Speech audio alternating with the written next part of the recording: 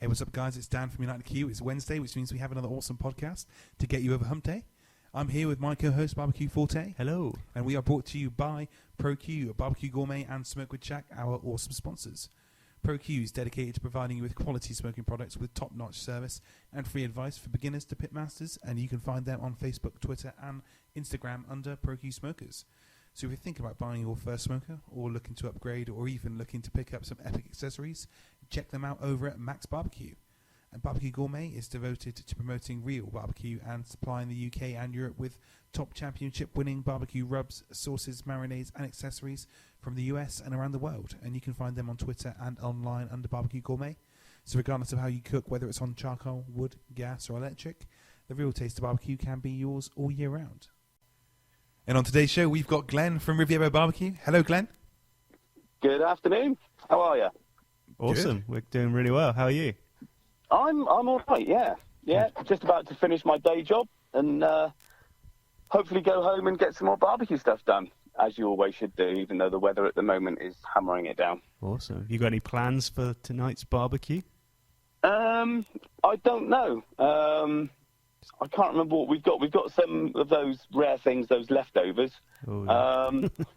And we have got our local fishmonger who will have delivered us some fresh fish this morning. So it could be fish of some description. Oh, nice. We were talking about this morning, actually. I don't know how you do it, but we were talking about the fact that often the sort of cuts of meat and stuff that we want, you need to order them from your butcher. It's not the sort of thing you can just go, I fancy short ribs, and my butcher wouldn't necessarily always have them there. So do you always plan in advance what you're going to cook, or do you just kind of go with what the butchers have got on the day?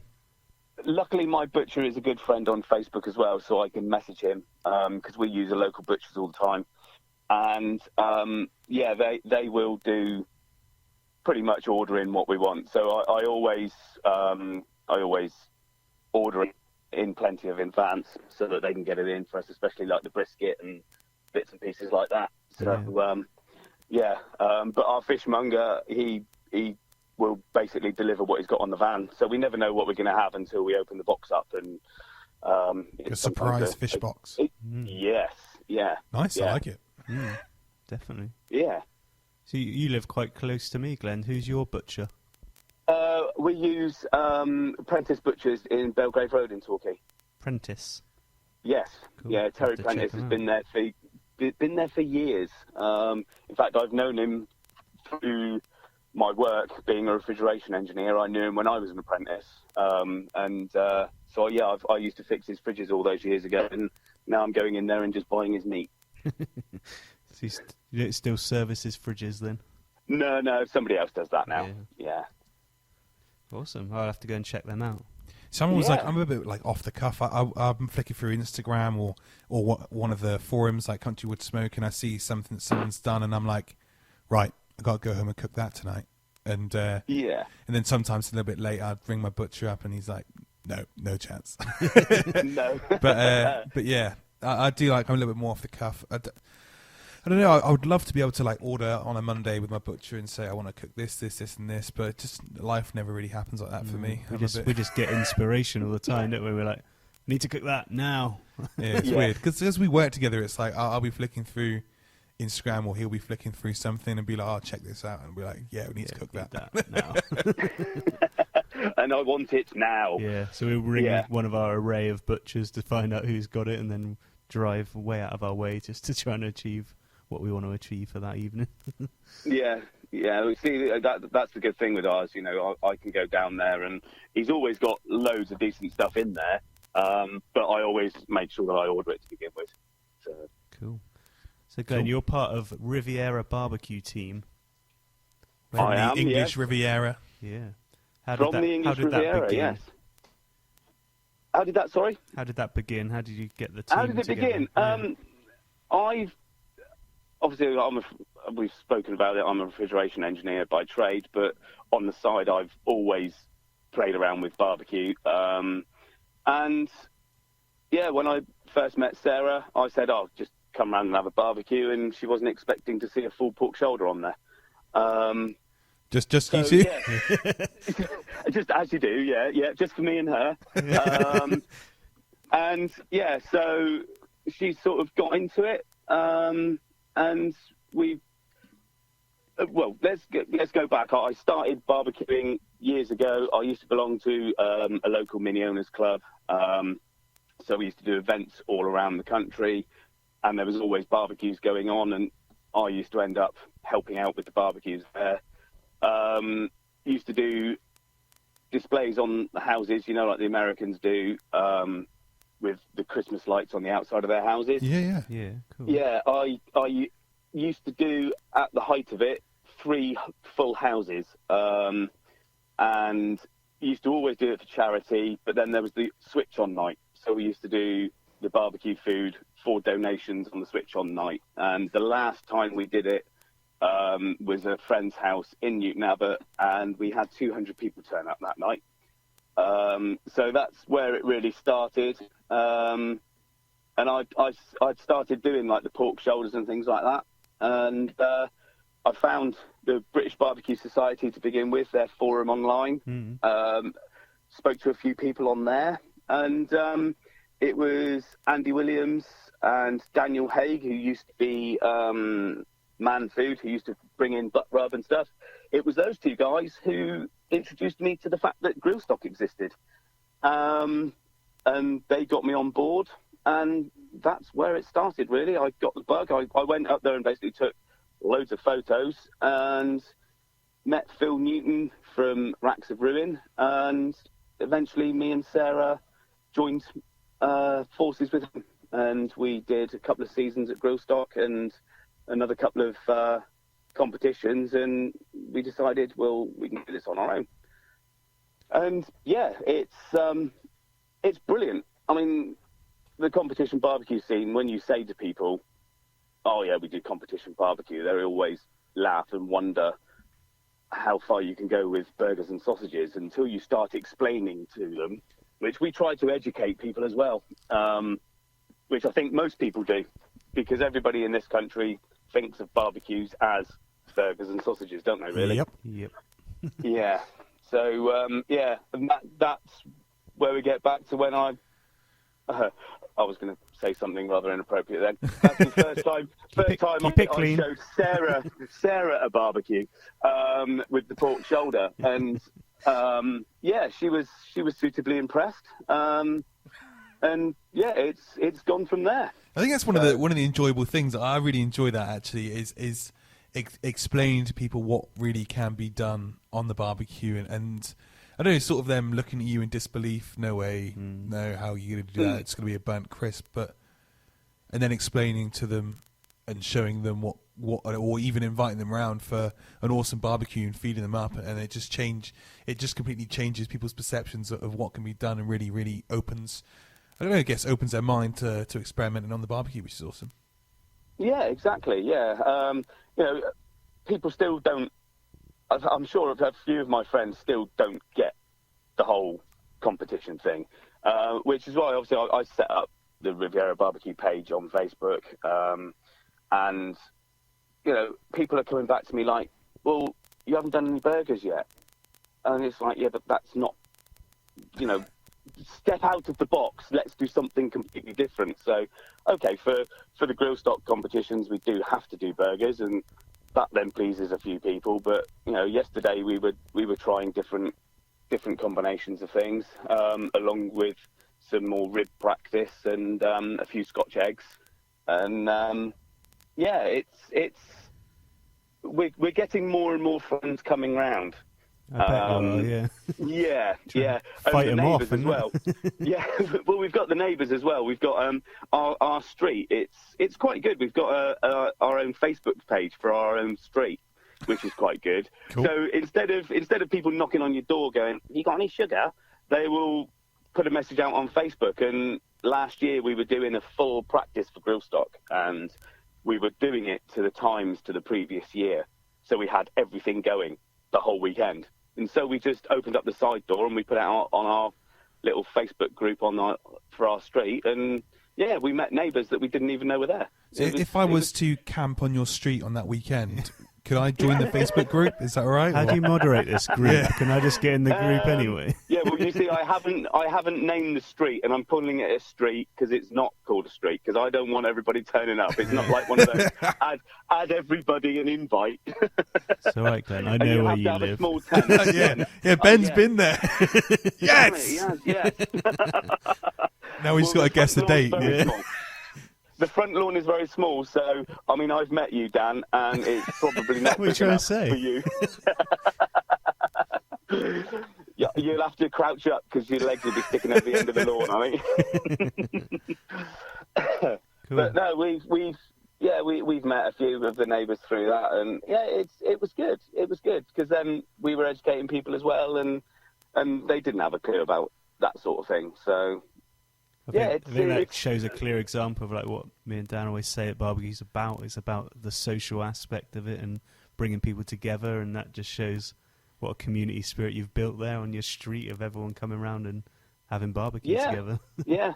I mean, we've got one of the neighbours who's leaving the road, and so she said, well, you know, I'm going on this weekend, blah, blah, blah. So I've just said, well, we'll be practicing again that weekend. I'm not telling you when. And you keep missing out the key details here, Glenn. I do, yeah. Well, if she's leaving, it means there's going to be a spare rack of ribs going, I mean. There's never spare racks of ribs going. They always disappear. But, yeah, it should be a good weekend, that, as well. So awesome. I nearly gave the date away then. Yeah. Well, is that next weekend, is it? No, actually, I'm on call next weekend, so it's not that one. Okay, that's one out then. Yeah. We've only got another 51 to go. Who's your employer? Can we ring them and ask them when you're off? You'll see the pictures after the event all over Facebook. That's no good. Yes. Yeah. Cool. So when you were starting out with those barbecues, then what were you starting your grilling on? Like I started myself on a Weber kettle, and lots of people did that as well. So what were you into? At the beginning, it was B&Q specials. And then when you had to replace them every year, you know, obviously, because back then the internet making me sound really old now. The internet wasn't really about, so you couldn't just go on there and go, oh, I'll have one of them. You had to go out, and of course, the only places you could go to were garden centres. Yeah, and still an awesome place to go. Actually, I mean, but now they're going away from the £10.99. Oh yeah, thing. Yeah. And so eventually I found, quite by chance, a old Brinkmann smoking pit, and it was the horizontal barrel, and it's big, thick, heavy steel thing. It was brilliant, and I spent money on that one, had that for about 4 years, and decided I wanted another one. Found one in Macro at the time, and it was the last one there, but it had the extra firebox on the side. So that then got me into the indirect side of things. And I still have both of those too, 15, 18 years later. Awesome. They need to be restored, which I'm planning on doing at the end of the year, and then start doing some offset smoking with the one with the firebox, and try and go down that route, because I haven't used them for such a long time, because I've got Pro Qs after that. Good old Ian sorted me out one at a Grill Stock Festival one year, and since then the Pro Q family has grown, along with a Monolith and a Cobb, and it's still continuing to grow at the moment. Cool. So, yes. Just to go with that. So the Monolith is a ceramic, and the Cobb is. The Cobb is a little, if you like, desktop sort of. It's like a stainless steel dome with a little fire. You can actually get round, compressed briquette style fuel for them, or you can just put in normal briquettes. About 8 briquettes go in the bottom. Then there's a metal plate over the top that you can either grill straight onto that, or there's a little wire rack above it that you can put stuff on, and you can get different sizes of them, and they're really good for like camping and things like that. Come in their own little bag. Yeah, they look really cool. I've seen like a few photos and stuff. They look really cool. Not used one yet myself, but they look like Corbet's kit. Yeah, and they can pick them up pretty cheaply as well, can't you? I think that.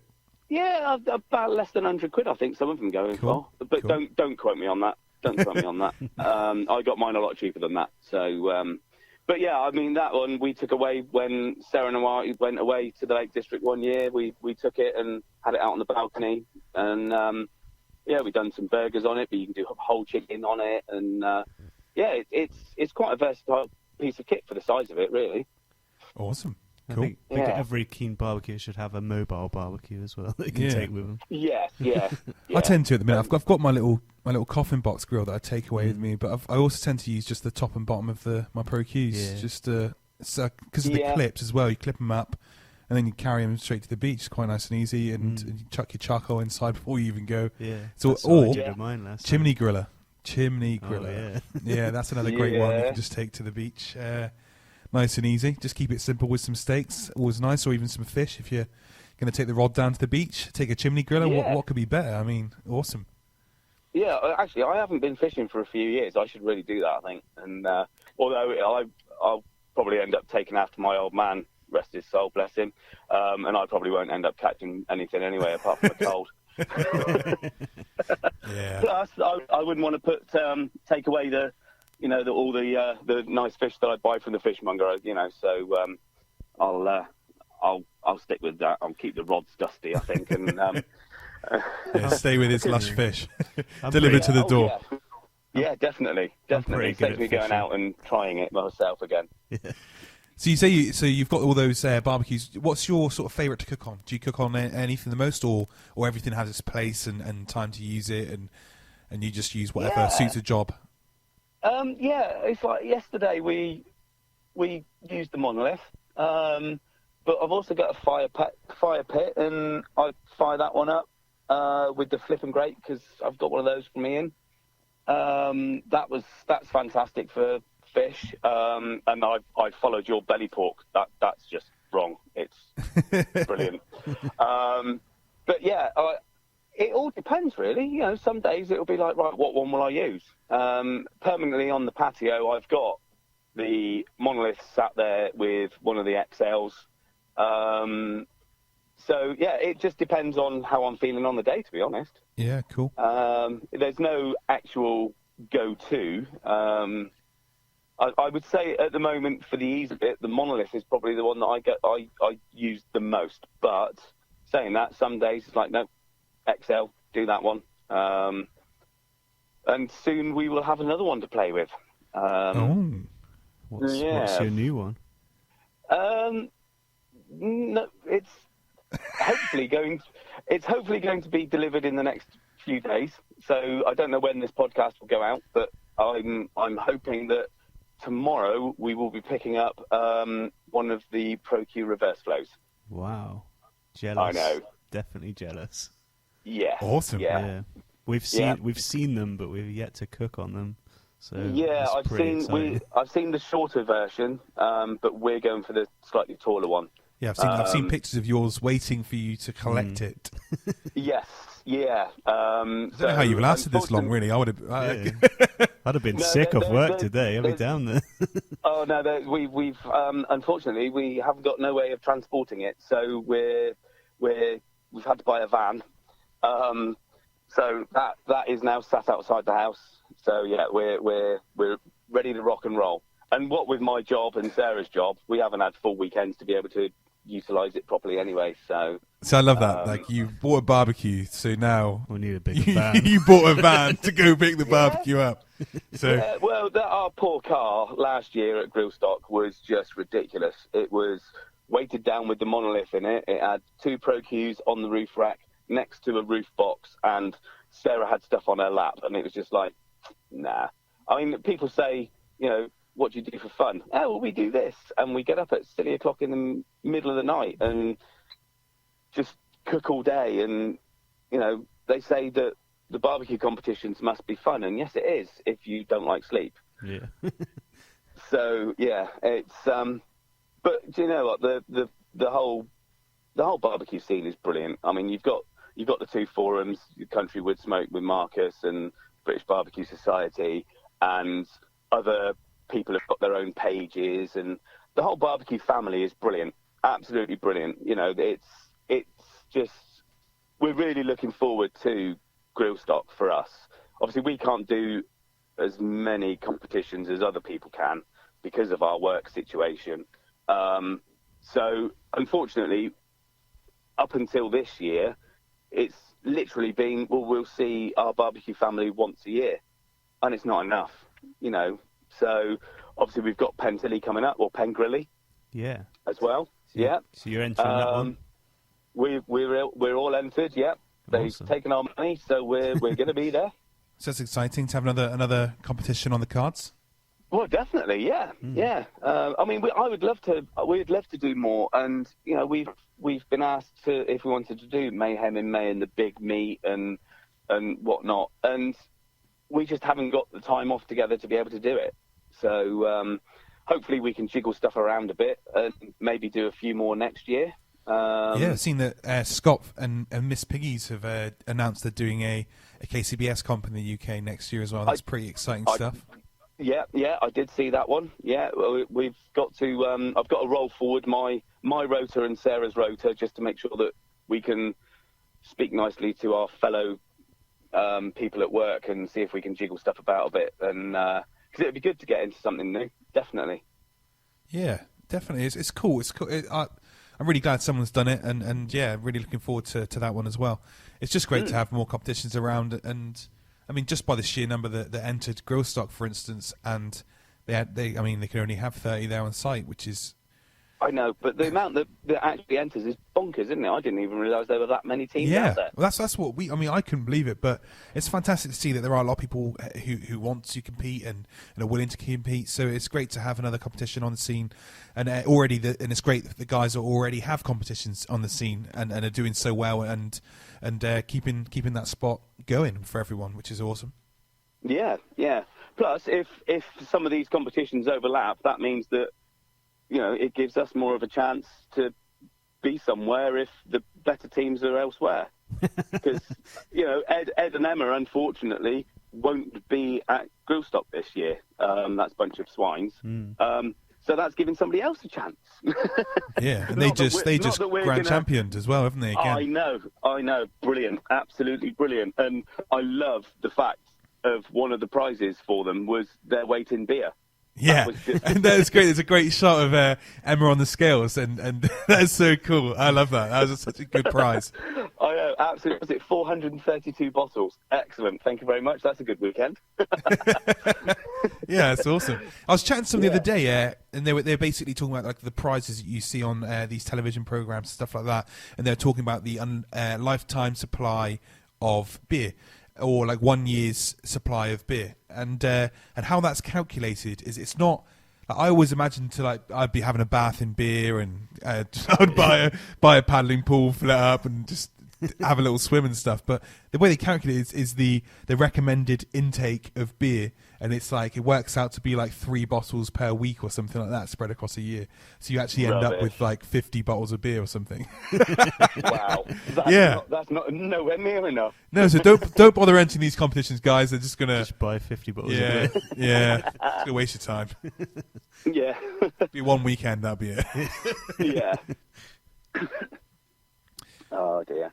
So do you have I mean, obviously now you're on the prep cycle for grill stock, and you're about to pick up the new baby, hopefully. So are you going to plan on trying to get a few? Are you going to plan on having that for grill stock, or are you going to stick to what you know? Wouldn't have bought the van if we didn't. Yeah. Yep. It will be at grill stock. It will hopefully be at Pentilly as well. And so, yeah, we'll probably take a couple of extras with us, but we're trying to make our stand or our pit look a bit better at grill stock this year. I'm trying to make a cupboard that's going to be sat in the garden, but we can then take it with us just to make it look a bit more rustic. So yeah, that's the whole reason we've ended up going with a van, so that we can transport it all. Cool. So yeah, it will be there, and that means then that because what we like to do is we like to get down with the whole thing of grill stock, where they give you all the meat and you can try and cook it all, but it's the capacity. So hopefully this year Riviera BBQ will be at full capacity, giving away all of the grill stock meat once it's been cooked.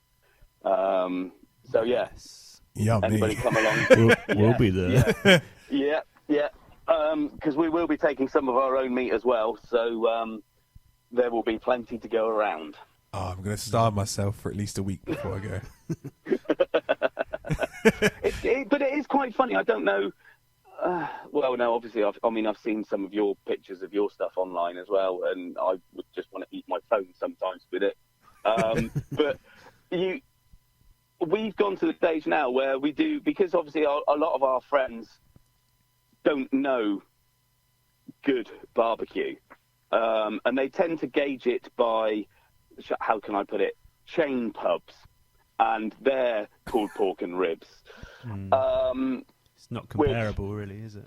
Well, no, which Sarah, I mean, I love ribs, and my lovely wife Sarah always tells me, no, you're not ordering them, and she'll forbid me from ordering them because I'm always disappointed. Yeah. So when we have friends round, we basically do like the grill stock 4, if you like, or the competition 4, not grill stock, but any competition 4. So we do the ribs, the chicken, the pulled pork, and the brisket, because It's great to live on your road. It's great to be your friend. I mean, you're just a great guy to know. I mean, this is awesome. well, we for our wedding as well.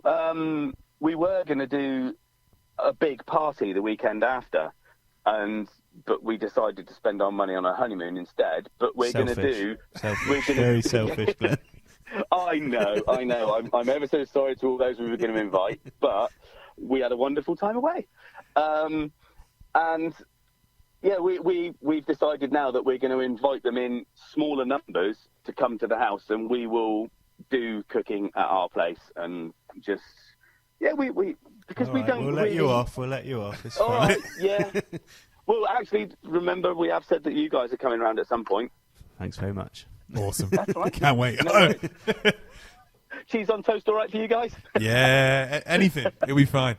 So obviously now you're in full, like I said, you're in like full get into gear mode for competitions. But before that, did you have something favourite to cook at the moment, or like what's your sort of go-to cook?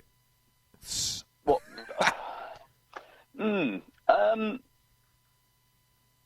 Marcus, since he put up those Scotch eggs, I can't get enough of them. It's just, if I can do them, I will do those a lot. Otherwise, I just bang on a rack of ribs. If I'm doing stuff in the garden, 6 hours afterwards, I can be scoffing on them. You a baby backer or are you a spare? Spares. Yeah. Spares at the moment. Cool. I haven't really tried to get my hands on them, but I mean, our butchers do some nice meaty spares, so we'll just go down and put it on an order if I know that I'm going to be at home at the weekend and I'm not on call. Yeah, then, awesome. Yeah, then I will. Whatever I do, whenever I do anything, there's always a rack of ribs goes in it, as we're into the order as well, because you can never have always too many need one. ribs. yeah. So yes, we've educated our butcher as well into the Irish brisket, because he'd never seen the Irish brisket before, and he was as surprised as I was when they came in. I mean, we haven't tried to source the USDA or Australian or anything like that as yet, but we go for the Irish brisket from him, and they're huge. I think I saw a picture of you holding one up, and it was like half, I was trying to. half the body. Yeah, I was trying to hold it up. It was a beast, an absolute beast, and the difference going from British to Irish is just phenomenal. It was just unbelievable, and it wasn't that much more expensive, to be totally honest. So, what's the marbling and stuff like on it? Is it nice? Just so much better. Yeah. So much better. Yeah. And is that grass fed, grain fed, or is it like sort of grass finished grain? I think it was grass. Yeah, I think it was grass fed. Nice. Yeah. Cool. So Marcus has put dibs on one when I get another one. He wants me to take one up to him, and or he can actually come down and have a go, and because no doubt he'll want to come and have a play with the new smoker. Yeah, the only thing I'm sure is, you with get it a being lot so of big, people. it's trying to transport it to people's houses. It's all very well. You can bung a Pro Q or anything like that in the back of your car, but this thing is just monstrous. So obviously, it's not a GFC 4200 because that's just silly. the funds wouldn't quite stretch. We can all dream. We can all dream. Yeah. When I first saw it, I thought you could tow it behind the car. It looked almost like you could, didn't it? But there is that next. We'll just have to get a tow bar on the back of the van and then have another one. Yeah. Yeah. It's good. Mounted on a trailer or something. Yeah, why not? I wouldn't mind eventually actually having the reverse the reverse flow and take the casters off it and mount it on a trailer of some description. That'd be awesome. That's further down the line yet. Yeah. Yes. So when I went to Grill Stock last year, I saw you there, Glenn, and I saw you with the most recognisable Pro Q smoker probably in the world, I think, which looks very different to anyone else's. Yeah. How did you come up with that? Everybody had said, because obviously you haven't mentioned what it is yet, but people who know me will know what it is. Everybody has said, like, the WSMs and the Smoky Mountains and the Pro Qs look very minion shaped. Mm-hmm. So I took it upon myself to spend far too much money on actually making it look like a minion. And God, it looks good. It looks so good, guys. Yeah, so you've got a Pro Q that looks like a minion from Despicable Me. We have, yeah. It had obviously the yellow, and then it had his blue dungarees on. All heat-resistant paint, which wouldn't stick to it because the porcelain is that ridiculously hard. I couldn't sand it down. And in the end, the only way I could get the paint to stick to it was to actually have it shot blasted. But yeah, we did him up as a minion out of the films Despicable Me with the little blue dungarees. But this year we decided that he could come along to the wedding, so I stripped off his dungarees and he's now wearing a suit. And he will be turning up to Grill Stock in his suit this year. Very posh. Yeah. He's got his own. Yeah, he's got his own page, Paul the Pro Q or the Barbecue Minion on Facebook. Just as a bit of a gimmick, but yeah, it's. I wanted to go the whole hog and have him in his suit, me in my suit, and Sarah in a wedding dress, but she didn't want to. She didn't want to go down that route for Grill Stock, unfortunately. Come on, Sarah, please. She'll probably hate me for saying that now. But, yeah. We could be page boys. Oh, how sweet. No. Yeah, I'm probably too small to be a page boy, to be honest. Yeah, I know. Yeah. Just a little bit. But yeah, he'll be there this year. So do you cook on Paul? Sorry? Do you cook on Paul? He's now just a cold smoker. Okay. We've got one of the cold smoke generators, and yeah, he's had his fair share of foods inside him. In fact, at Powderham last year, he even went down the route of, I think it was smoking fudge. Ooh, cool. Yeah, it's very weird. Obviously, we didn't know that the bloke was going to come down, and Leslie bought a lump of this fudge down from this bloke up the top, and we put it in there and we forgot about it, and it was about 6 hours later, and we were just intrigued, so we tried it. Obviously, with the cheeses and stuff like that, you let it mellow for a while, but this was straight off the smoker, and it still tasted pretty damn good. So what it was like after it had mellowed a bit, I don't know, but I think it was a bit of a Marmite moment for some people. Yeah. So might have to give it a go. Get yourself some nice soft fudge and try it. Imagine like a salted caramel or something like that. It'd be quite nice, or salted. They do like a sea salt fudge. I really like a sea salt fudge. That'd be lush. Yeah. But no, it was something definitely different. So I don't need to use hot heat paint on him anymore, because it's just cold smoking. That's all we're doing him, and he's just like a big ornament in the dining room at the moment. See, the Shank brothers have like a really cool their logo painted on the front of their Pro Qs. Or I really want to get UnitedQ logos printed on ours, or painted on ours. So is that the way forward? Is it shot blasting, heat resistant paint, and just spraying it on? Yeah. I mean, I don't know what these drum smokers, Danny, is it Danny from Bristol? Yeah. Some of those paints. I don't know what paint he uses for those, but I went to a local car factors and I ended up with exhaust and, you can get exhaust and brake caliper paints. But there's one that's extreme high heat, but it reacts with the other one, so you've got to be careful. So much so that the manufacturers didn't even know that when I tagged them on Instagram and we had a bit of a private message going on for a while, so they're looking into why they're reacting, which is good. But yeah, we had to have it bead blasted to take down the top layer of the porcelain, Okay. and then spray it on because the paint just would not take. No. Wouldn't take at all. So the shop blasters were quite intrigued as to how hard the porcelain on the Pro Q was. So, but now I don't need to. So it's done. So. Well, yeah. Anyone thinking about buying a Pro Q out there, that's another great thing about them. Yeah. So, but yes, I would be intrigued as to those nice colours that I'm trying. I might message him on Facebook about them at some point. Yeah, just give him a message. He'll definitely reply. Yeah, Danny's awesome. Yeah. I've still not gone down the drum smoker route yet. No, and Ed and Emma have just got a gateway drum as well from the US, and yes. they started cooking on that, and they look awesome. They look so cool. Yeah, hanging ribs.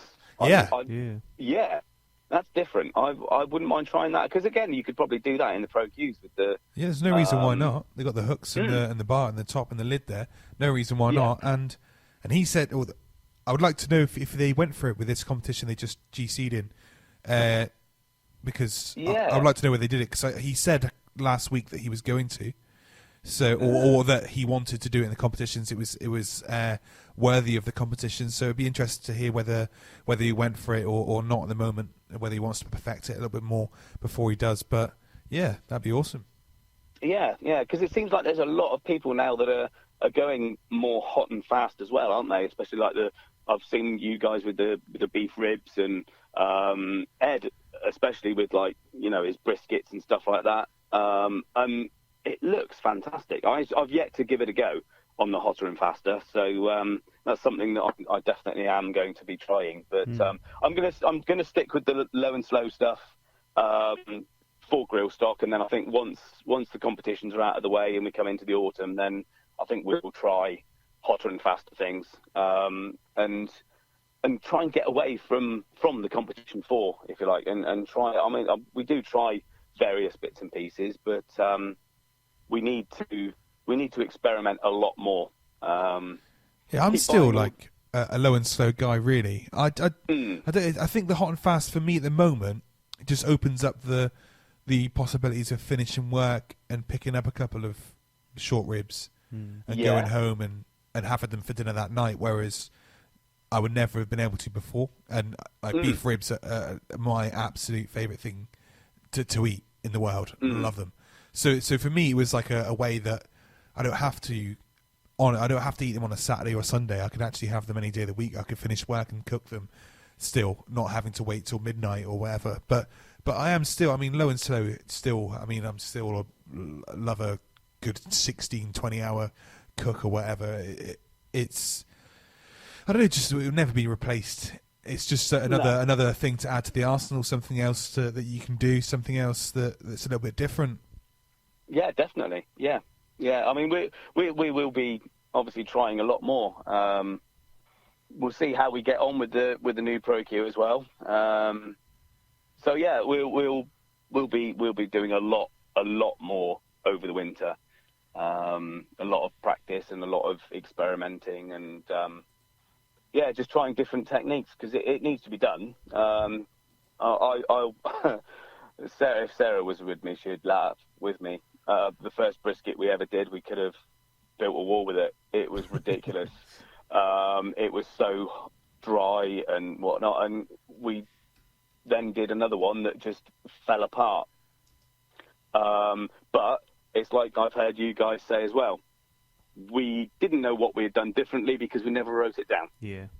you come to the end of it. So now we're like, right, first thing we need to do is write everything down, because one day you're going to go, my God, that was fantastic. And you won't have a clue what you did.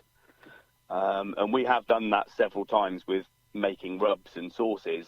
And then coming to the end of it and go, well, how much of that did we use? So it's just that's what I would say to people, if you are going to do that, is definitely make sure you write stuff down if you're going to experiment.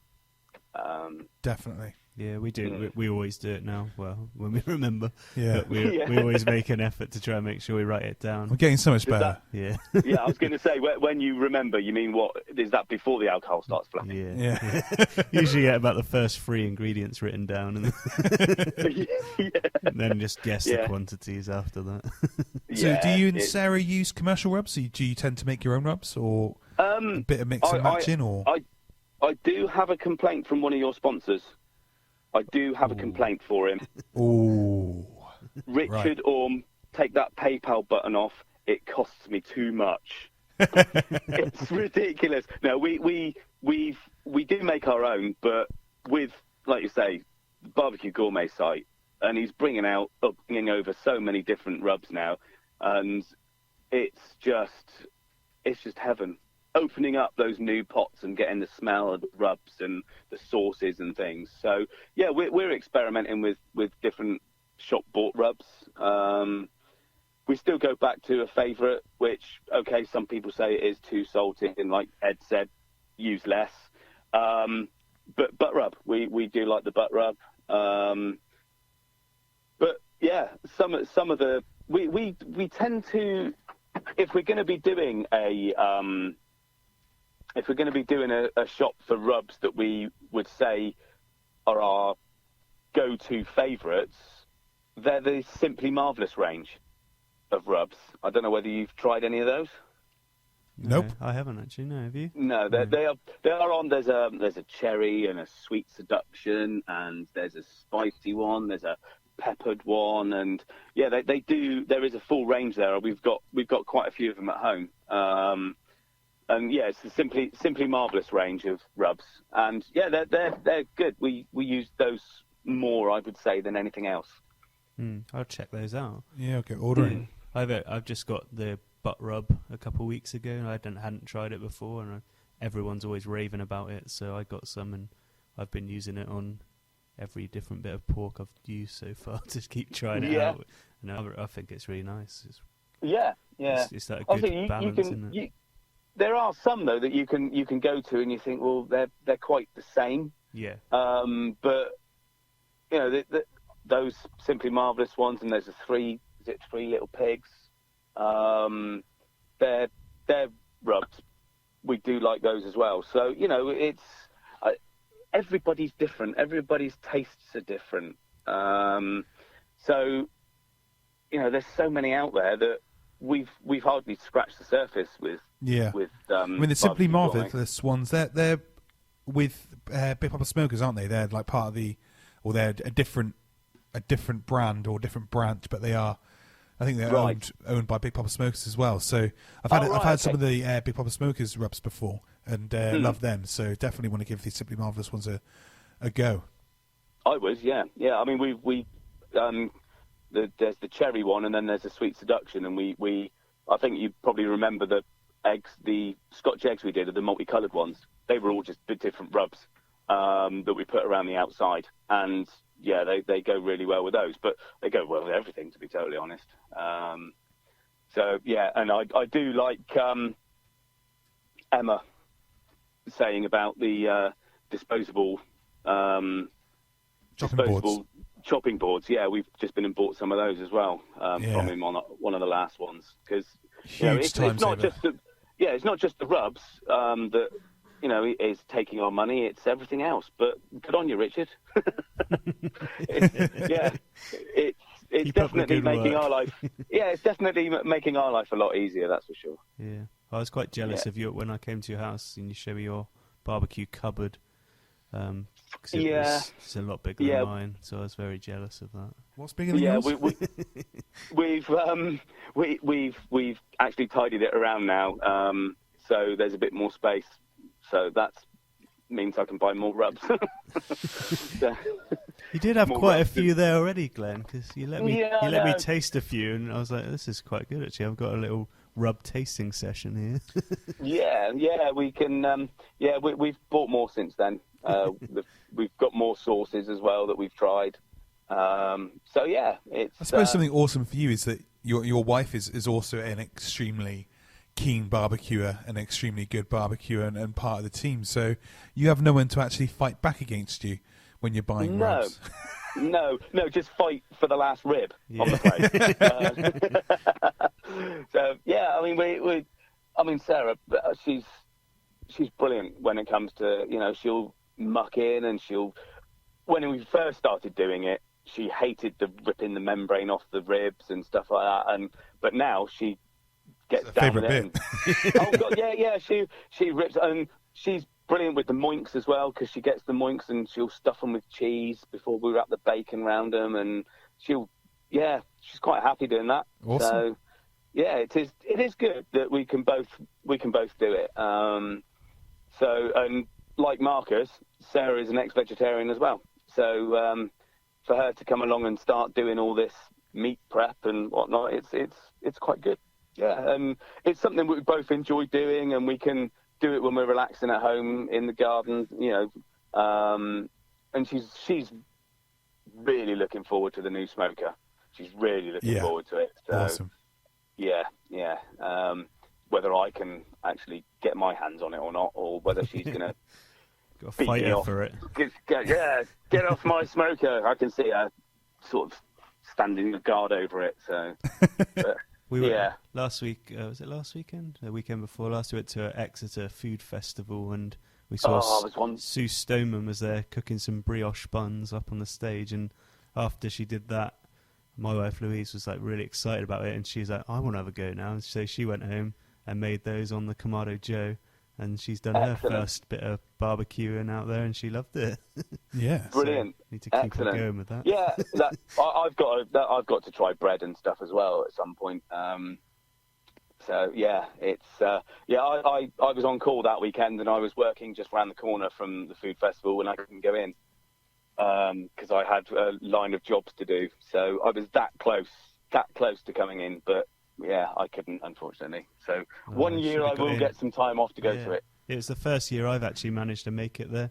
I've for quite a few years now.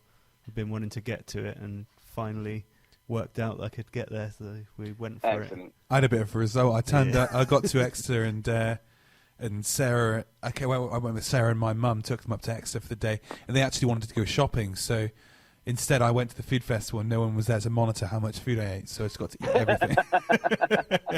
No one was there to stop me, so it was fantastic. Dan even managed to get up on the stage and do some judging after one of the cooking demonstrations. Oh, brilliant! It was actually a fantastic meal. What was it you had again? It was a fish dish, yeah. and it was. Oh, I shouldn't have asked. Cause no, it was a weird one. I hadn't had it before. It's a white fish, and it's a strange an L. A ling. Ling. Yeah. Oh, and it was lovely. It was fantastic. That is nice, and we get ling from it's quite a nice meaty fish, isn't it? Oh, it was honestly. As soon as I go to the fishmongers again, that's exactly what I'm going to be looking out for. It was fantastic, and they cooked it so well. It was it was the guy who runs the Ashburton Cookery School, and it was another cookery school as well. I can't remember the name of the other one now off the top of my head, but it was those two guys, and the plate of food that they prepped and put together was fantastic. It was one of those meals that every mouthful was a fantastic sort of just enjoyment, a burst of flavours, and they had sort of all sorts going on, like coconut foams and creams and the rest of it. It was absolutely delicious. What did they have? They had a yellow sprouting broccoli, which was I'd never seen before, and that was really nice. Something a little bit different. We couldn't name you the herbs and spices they used, because even the chap on the stage couldn't name. Yeah, it was a lot of Thai influence. It was a lot of Thai flavours going in there. And it was somewhere from Newton Abbot that grow all these. Do they grow them? Yeah, well, basically, what it is that they're from Thai. They're from that region, but they actually grow better here in the UK. So they're actually right. bringing them over here, and a lot of farmers, as sort of extras that they want to grow, they actually grow really, really well over here. So is it indigenous to Thai? Is that the right word to say? I don't know. They're basically from Thailand, but they've been brought over, and actually they grow better here. So something that we do better. And it's something that's hopefully going to be hitting this. Well, I'm sure we will see a lot more of. But yeah, they had weird names that I they couldn't pronounce themselves. So yeah, but it was a fantastic plate of food, and got to go up the stage and eat. The husbandry school in Newton Abbot or somewhere like that. That's who's right. growing all these different things. So it's just up the road from us. We should pop in there. Excellent. Yeah. Get ourselves a field and start growing it ourselves. Yeah. Why not? I'd love a field. Oh, don't even go there. Yeah. It's one of those. If we had the money, what barbecue area would you have? Yeah. And it would snowball, wouldn't it? It would be ridiculous. So, but I need to get along to more of these food festivals, and luckily now, obviously, we've got into Powderham, because we did Powderham last year at their food festival, and that was fantastic. But yeah, I need to get out. Need to get out more. And stop working all the time. Oh, I know, but it pays the bills and pays for toys, so it's got to be done. Unfortunately, I do whinge about it far too much, but at least I've got a job and it does bring in money. So, yeah. But I should stop working as much. So what about when it comes to like your smoking and stuff? Have you got your favourite wood? Yeah, I go down apple quite a lot. I do like the wine oak barrel chunks. Mm-hmm. I like those a lot. I've been lucky enough that my mum was pruning a couple of trees, and when I mean pruning from the roots. So basically just felled 2 cherry trees. So I've got those in bags seasoning. And I can now call her my sister-in-law. They chopped down a couple of plum trees from their garden when they moved in. So I have some plumwood seasoning, which I need to try out at some point. So yeah, it's I've got plenty to keep me going for a while. So I do like cherry because I like the little bit of extra colour it gives to the meat as well. Yeah, it goes with everything as well, doesn't it? Yeah. I just tend to bung it in quite a lot with everything. I haven't done a lot of mixing the woods yet. I did hear you speaking on a previous podcast about mixing half and half or whatever, but I haven't really tried that yet. I normally just grab a chunk and throw it in and see what it tastes like at the end of it. And I've got really into the mixing since those podcasts brought it into my life, to be honest. So I'm trying to take like a base wood like the oak or hickory or something like that, and then combining that with a fruitier wood like the apple or the cherry afterwards. Yeah, I need to do it. I mean, I've got 2 XLs, so I could have them side by side, and I could, see if I can taste a difference to it, and and see what difference it does make by doing a couple of mixing wood sessions.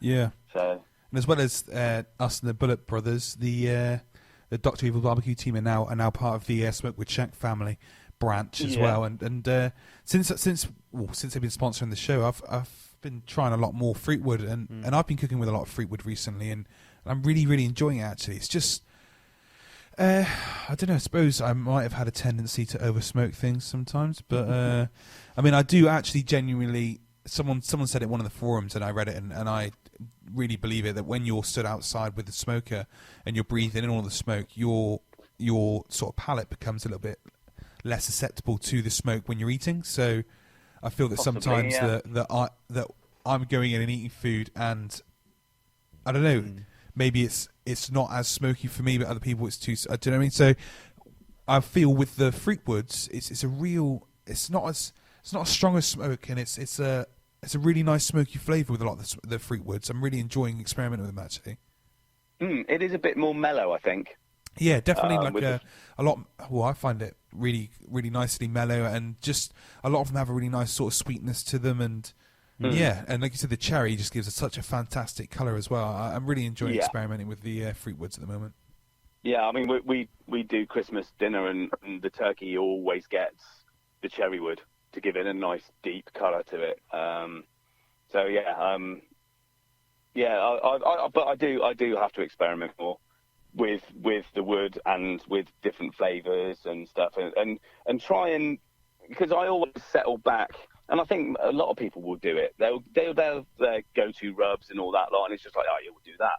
And myself and Sarah have both said we need to just step out of the box and just try something completely random. So yeah, we'll be doing some stuff like that, and I feel that, you know, a lot of people do put up their success cooks, but there aren't that many that put up, I completely balls this one up, boys.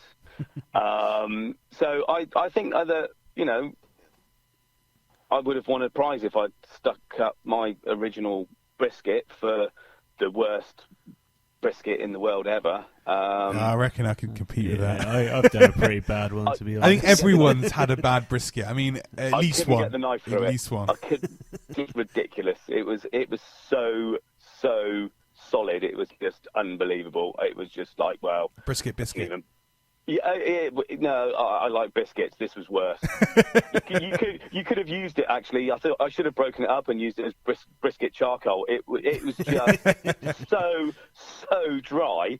But then we didn't do much different the following time we tried some, and it ended up being as moist, and it fell apart and juicy, and it was just ridiculous. But we're somewhere in the middle of that now, which is good. So blame the meat. Yeah. I think that was because we weren't with our butcher then, so I'll blame the meat. Yeah. So, but yeah, I mean, we've still got a long way to go to get anywhere near the top of the charts for the competition thing. We are doing it because it's a damn good weekends away when you do it. And we don't get to practice as much as the other teams, and the other teams do a lot more competitions. But we will be experimenting a lot more and practicing more, and actually reading up and taking in more knowledge, hopefully. And we're also speaking to a few people and getting some insider info as well.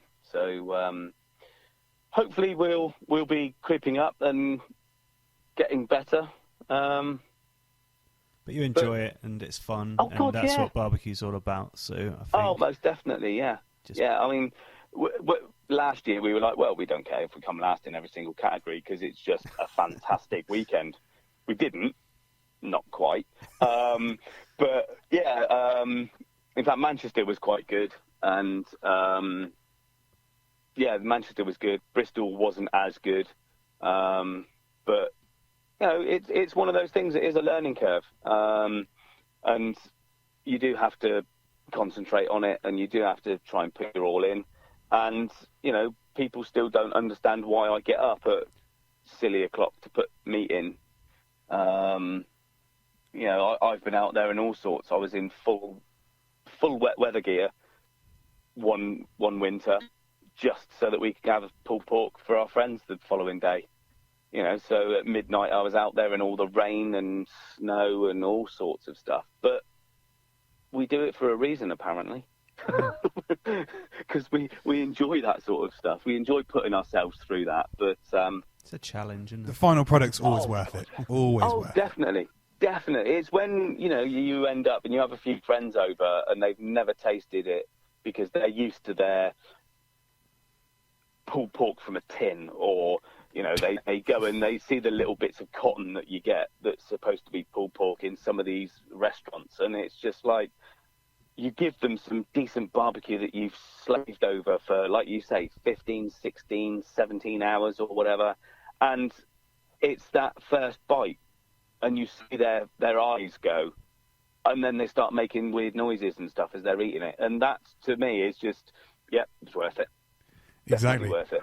Right, that seems a nice point to wrap up there. We're at 59 minutes, so we're at the hour mark. So I'm going to call it a day. Thank you very, very much for coming on, mate. No worries. Thank you guys for Where asking can us. people... Sorry, carry on. Yeah, I was just about to say, sorry Sarah couldn't be here, but obviously I'm at work and she'll be at home by now.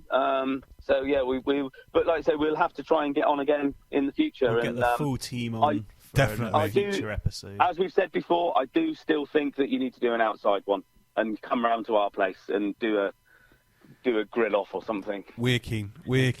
And we'll be at Grill Stock as well. So we're bringing the podcast to Grill Stock. So we'll be recording around site and doing some live stuff, which will be pretty cool. So yeah, thanks very much for coming on, mate. And like I said, it's a shame, Sarah, but we will catch up with you soon, Sarah. Yep, cool. Excellent. Thanks very much, mate. Speak to you soon. See you later on. Yep. Cheers. No worries. You take care. And Bye. you. Bye. Bye. Thanks for tuning in, guys. We've recorded yet another awesome podcast to get you over hump day. As always, we are brought to you by ProQ BBQ Gourmet and Smokewood Shack, our awesome sponsors. ProQ is dedicated to providing you with quality smoking products with top-notch service and free advice for beginners to pitmasters, and you can find them on Facebook, Twitter, and Instagram under ProQ Smokers. So if you're thinking about buying your first smoker or looking to upgrade or even looking to pick up some epic accessories, check them out over at Max Barbecue. BBQ Gourmet is devoted to promoting real barbecue and supplying the UK and Europe with top championship winning barbecue rubs, sauces, marinades and accessories from the US and around the world. And you can find them on Twitter and online under BBQ Gourmet. So regardless of how you cook, whether it's on charcoal, wood, gas or electric, the real taste of barbecue can be yours all year round. And Smokewood Shack delivers quality smoking wood every time. They provide the smoky goodness, you provide the talent. So if you're looking for smoking wood chunks, dust, chips or planks, then head on over to smokewoodshack.com and you can find them on Twitter at Smokewood Shack. So goodbye from me. And goodbye from me. Ciao. Bye.